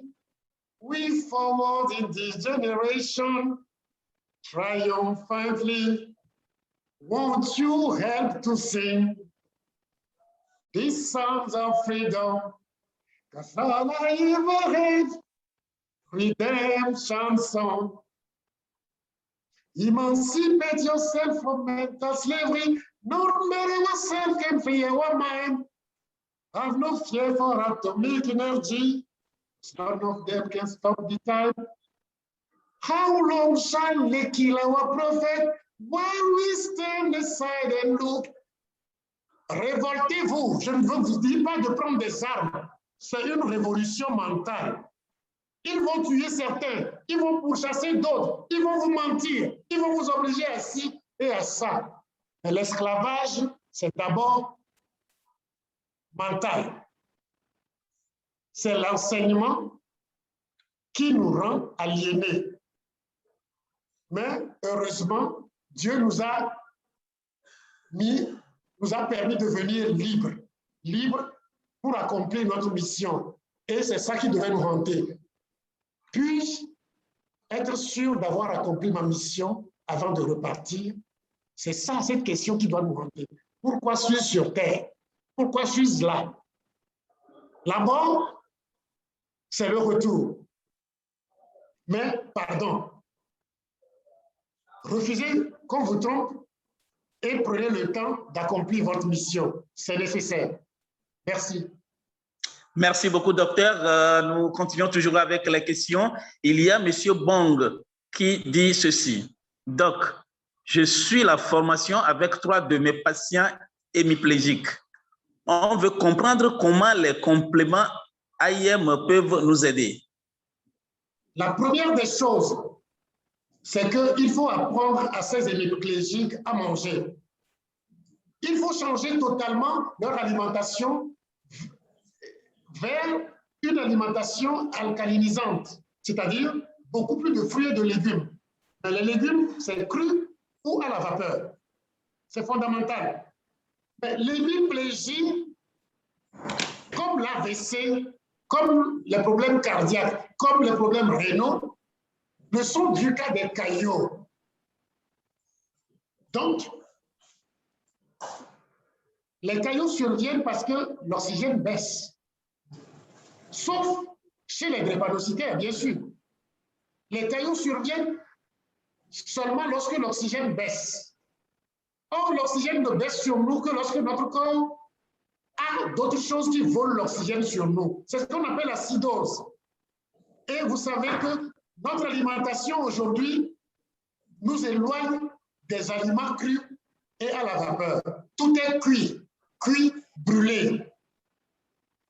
Vous comprenez que vous mangez quelque chose de brûlé qui est délicieux sur les papilles gustatives, va prendre votre oxygène et va vous créer des douleurs. L'hémiplégique, c'est d'abord les caillots. Les caillots supposent que vous devez les mettre sous anticoagulant. L'anticoagulant le plus fameux d'AIM s'appelle Vidamax. Vidamax. Dès que la circulation s'améliore, la paralysie s'estompe et finit par disparaître.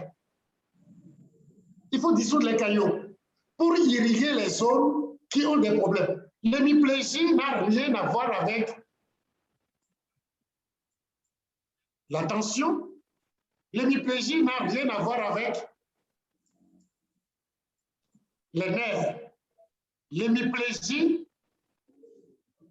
c'est des caillots, c'est la baisse de circulation. C'est pour ça d'ailleurs que lorsque les gens ont des problèmes de circulation vers les 2 membres inférieurs, seuls, ce qu'on appelle les paraplégies, ils sont alités, ils ne peuvent pas se lever. Il n'y a rien lié au nerf. Quoique, paraplégie et hémiplégie s'enseignent par un neurologue. C'est comme on vous dit la douleur, c'est chez le neurologue. Alors que la douleur, vous devez aller chercher chez l'hématologue et le cardiologue. On a donné l'argent aux voleurs. On a fait garder l'argent aux voleurs. L'hémiplégie n'est pas neurologique. L'hémiplégie n'est pas, les paraplégies ne sont pas neurologiques. Les AVC ne sont pas neurologiques. Mais c'est chez les neurologues qu'on vous envoie. Et je vous le dis, même la douleur, ce n'est rien de neurologique. Maintenant, il y a un pantin sur le neurologue qu'on appelle rhumatologue, qui aussi se dit spécialiste de la douleur. Ce n'est pas lui. C'est normalement le cardiologue et l'hématologue. Quand vous avez mal au cœur, pourquoi vous n'allez pas voir le neurologue? Quand vous avez mal au cœur, pourquoi vous n'allez pas voir le neurologue? Quand vous avez mal au ventre, pourquoi vous n'allez pas voir le neurologue? La douleur, c'est un cri de manque d'oxygène. Qui dit cri de manque d'oxygène dit baisse de circulation ou arrêt de circulation. On n'a pas besoin de diplôme universitaire pour comprendre ça. Hémiplégie, c'est d'abord et avant tout anticoagulant, sous surveillance.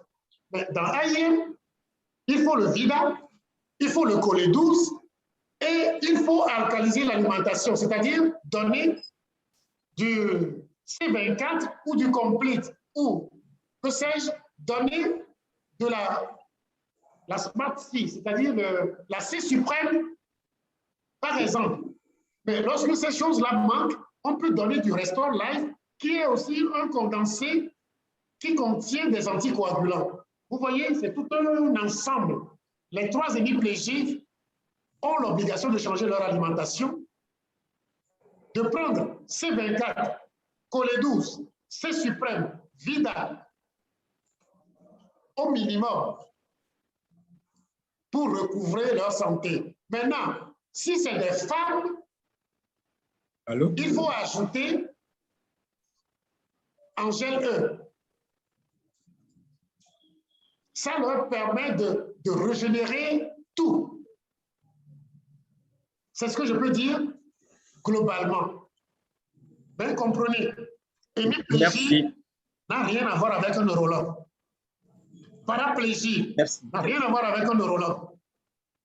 C'est normalement l'hématologue et le cardiologue qui doivent s'en charger. Parce que c'est les vaisseaux et le sang qui est le problème. Mieux, vous devez voir peut-être un diététicien ou bien un nutrithérapeute. Parce que votre alimentation est la cause. Mais on vous envoie chez un aveugle qui va vous raconter des histoires de couleurs alors qu'il ne voit pas. Vous savez qu'il ne voit pas. Le neurologue, l'hémiplégie n'est pas neurologique. Allô? Voilà. Donc, j'espère que j'ai répondu parce que les mensonges ont le vent en poupe. Nous n'allons pas lutter contre eux. Nous allons dire la vérité. Comme contre la haine, on n'a pas besoin d'opposer de la haine. Contre la haine, il faut augmenter l'amour. C'est ce que nous allons faire. Il faut dire la vérité, répéter la vérité, continuer à le répéter. Ça finira par s'imposer. Ça mettra du temps, mais ça finira par s'imposer. Vous n'avez pas besoin d'aller à l'école. C'est le bon sens. Je vous donne cette phrase. On vous dit,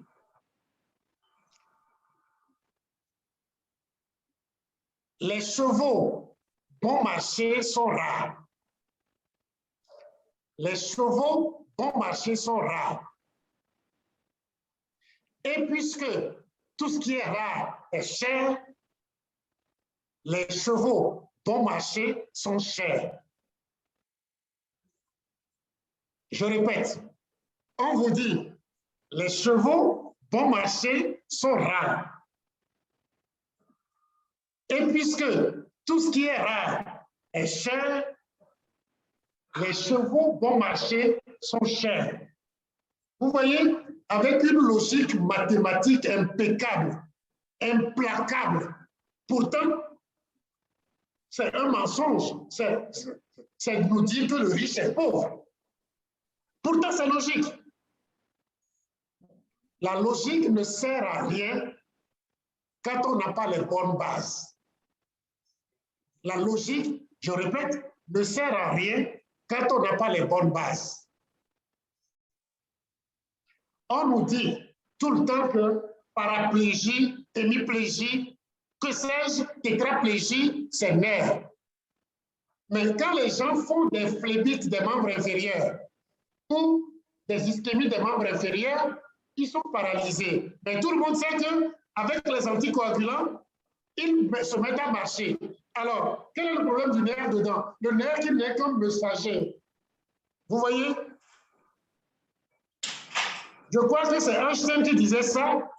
Celui qui se fie à sa raison est perdu, car il faut avoir un esprit assez fort pour maîtriser la raison. Je vous ai fait une démonstration tout à l'heure sur les chevaux. Pourtant, c'est totalement faux. Et l'enseignement est fait pour ça, pour qu'on soit des esclaves éternels. Votre santé, c'est votre meilleure richesse. N'acceptez pas qu'on vous mente encore sur ça. Je vous dis, hémiplégie, paraplégie, ABC, ce n'est pas neurologue. Je vous le répète, ce n'est pas le neurologue. C'est l'hématologue, le cardiologue, au mieux. Et à ces deux-là, ajoutez le nutrithérapeute, celui qui vous apprend à manger correctement. C'est ça.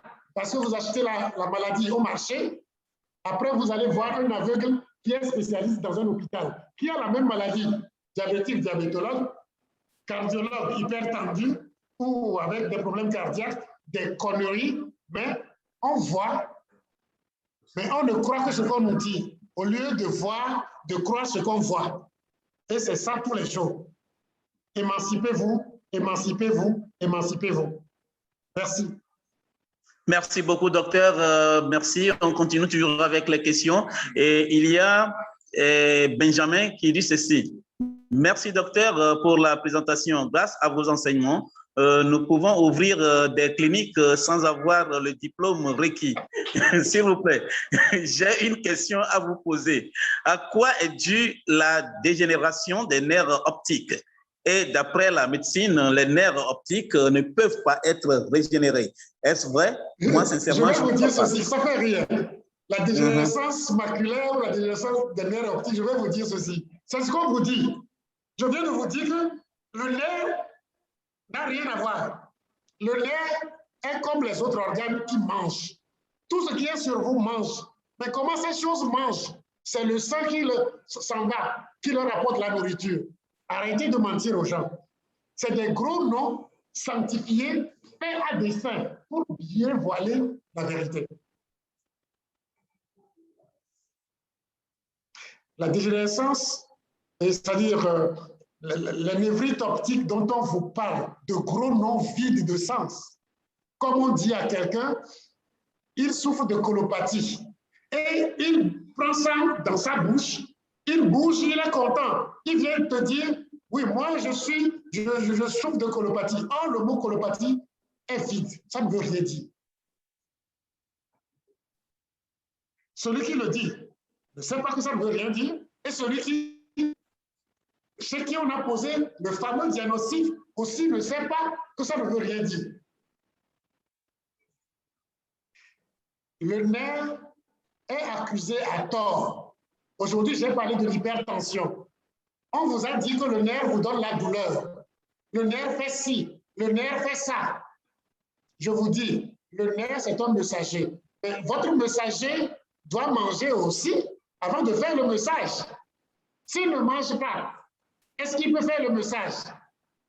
Non, évidemment. Mais tous mangent par quoi? Par le sang, par la circulation. Vous comprenez? C'est pour ça les alicaments AIM combinés, il n'y a pas de maladie que vous ne pouvez pas guérir. Il n'y en a pas. Je reviens encore à la chanson d'aujourd'hui. Oui, vous devez courir vers AIM. Et AIM aussi va courir vers vous parce que vous êtes à vie mariés. Tout est caillou, rien d'autre. Sauf accident, tout est caillou. Et je vous dis, quand tu fais le bloc opératoire, les services de chirurgie des accidentés, quand les accidentés viennent, on fait leur dossier, on voit là où c'est cassé, on imagine le mécanisme de l'accident, on décrit des choses. Mais ce qu'on oublie de demander aux gens, des fois, ce n'est pas l'accident qui a créé des problèmes au monsieur. Le monsieur, c'est lui qui a créé l'accident en faisant quoi? Il a eu un caillot, il a eu une absence. Quand tu lui demandes, il dit, je ne sais pas ce qui s'est passé. Mais nous, médecins, le je ne sais pas ce qui s'est passé cache toujours, j'ai perdu connaissance. Et perdre connaissance veut dire, un caillot a bouché un coin essentiel quelque part. Vous voyez? Il faut reprendre tout. L'enseignement, il faut tout reprendre. Les définitions sont des mensonges. Prenez la définition de la santé de l'OMS. C'est vide. Ça ne veut rien dire. Les maladies qu'on nous définit, j'ai dû répéter, réciter fidèlement pour avoir mon diplôme. Mais quand tu prêtes ton serment et tu vois ce que le serment dit, et ce que tu fais, c'est diamétralement opposé. Et ça, on doit s'émanciper. C'est ce que j'ai osé et je suis devenu ce que vous savez. Mais le monde évolue. Priez pour moi et faisons tout pour que le jardin d'Éden, le jardin de joie, de vie, de où on aura tout, soit sur terre. Parce que je ne sais pas s'il y a des arbres ailleurs. Hein? Il y a une chanson de mes enfants qui disait « Sur la lune, il n'y a pas de rose ». Il y a une chanson comme ça. Parce qu'il n'y a pas des arbres. Il faut des arbres pour avoir des roses. ici. Et seule la vérité nous permettra ça. Battez-vous pour la vérité et vous aurez la santé. Voilà. Donc, merci beaucoup, merci le nerf docteur. en question, ce n'est pas le nerf. La personne qui a ce problème-là, de névrite optique, allez voir, on va te dire, il est hypertendu, il a fait des AVC, il fait des crises épileptiques, il a des maux de tête. C'est quoi, maux de tête? C'est quoi, crise épileptique? C'est quoi ça? Tout ça, là, c'est caillot. Caillot. Donc, vous comprenez? Merci, docteur. Merci beaucoup. Aujourd'hui, je crois que nous allons dormir moins con, puisqu'on a encore beaucoup reçu du docteur. Et nous sommes arrivés presque à la fin de l'émission d'aujourd'hui. Nous allons donner la parole au docteur pour ses mots de fin. Docteur, s'il vous plaît, votre mot de fin. Oui, je dois conclure cette belle journée en vous disant ceci. Les diagnostics de décès, les causes de décès dont on vous parle ne sont pas vraies.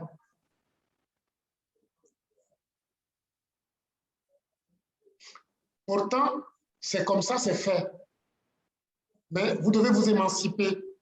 Vous savez qu'on a des problèmes de santé que lorsqu'on a des caillots, on va accuser l'hypertension, on va accuser la toux. Que sais-je? On va accuser la douleur, on va accuser le diabète, qui sont des expressions, qui sont des signes, qui ne sont pas des causes, qui sont aussi des conséquences. L'hypertension est une conséquence des cailloux. Ça ne tue personne. Les solutions, les problèmes que nous avons souvent de santé, appelés maladies, sont des solutions naturelles ou des difficultés liées à l'effort de l'organisme de rétablir la vie. Et on les accuse.